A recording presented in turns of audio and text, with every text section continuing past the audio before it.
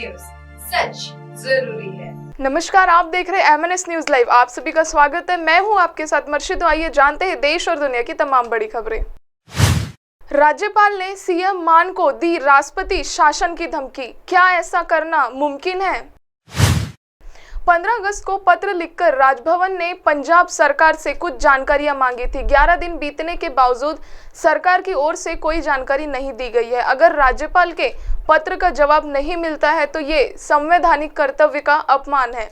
इससे पहले कि वह संविधान के अनुच्छेद 356 और भारतीय दंड संहिता की धारा 124 के तहत अंतिम निर्णय ले, मुख्यमंत्री भगवंत मान उचित कदम उठाए। पंजाब के राज्यपाल बनवारी लाल पुरोहित की इस चिट्ठी को पंजाब में राष्ट्रपति शासन लगाने की चेतावनी के तौर पर देखा जा रहा है। इसके जवाब में CM भगवंत मान ने कहा है कि गवर्नर को लगता है कि उनकी चिट्ठी के बाद CM की कुर्सी छीनने के डर से मैं कॉम्प्रोमाइज कर लूंगा, तो जान ले मैं कि कोई समझौता नहीं करूंगा। राष्ट्रपति शासन लगने पर केंद्र की इन दो मामलों में हो चुकी है किरकिरी।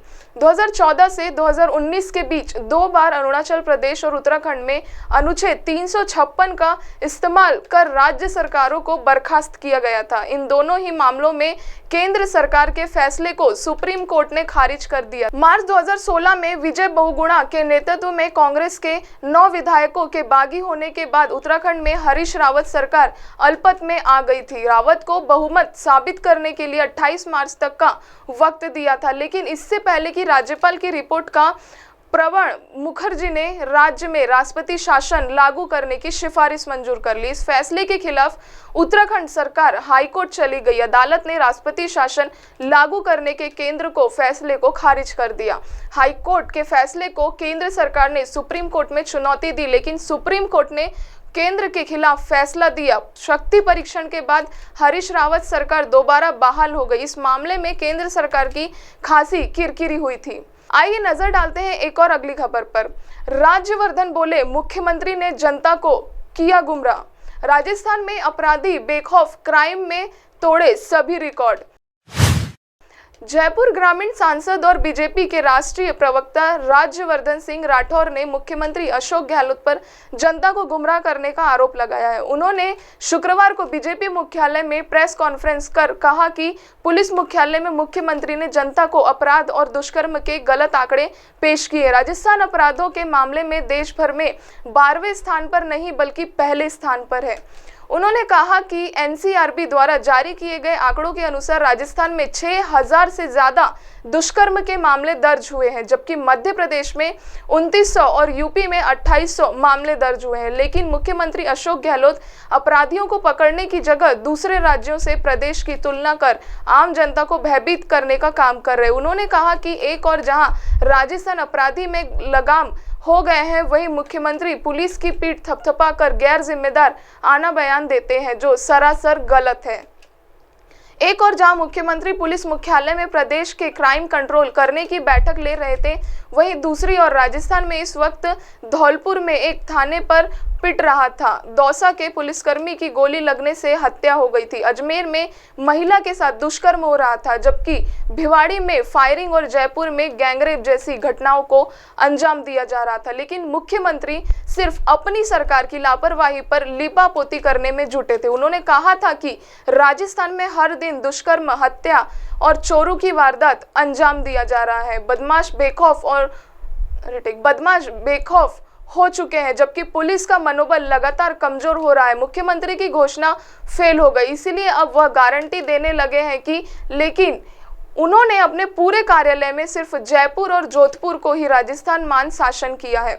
उन्होंने प्रदेश में 200 मुख्यमंत्री बनाकर खुद की जिम्मेदारी से दूरी बना ली है। अब जब चुनाव का वक्त आया है, तब वह जनता को गुमराह करने के लिए झूठ और अटपटे बयान दे रहे हैं, क्योंकि उन्हें पता है राजस्थान की जनता अलगाववादी और अपराध का समर्थन करने वाली कांग्रेस सरकार को जड़ से उखाड़कर फेंकने की तैयारी कर चुकी है। आइए नजर डालते हैं अगली खबर पर। मुनेश गुर्जर के खिलाफ कांग्रेस पार्षद ने खोला मोर्चा। 37 पार्षदों ने CM को लिखा, यह मेयर कांग्रेस पर कलंक, गिरफ्तार किया जाए। मुनीश गुर्जर के नगर निगम जयपुर हेरिटेज का मेयर पद फिर से संभलने की विवाद हो गया है। अब कांग्रेस पार्टी ने मेयर के खिलाफ मोर्चा खोल दिया है।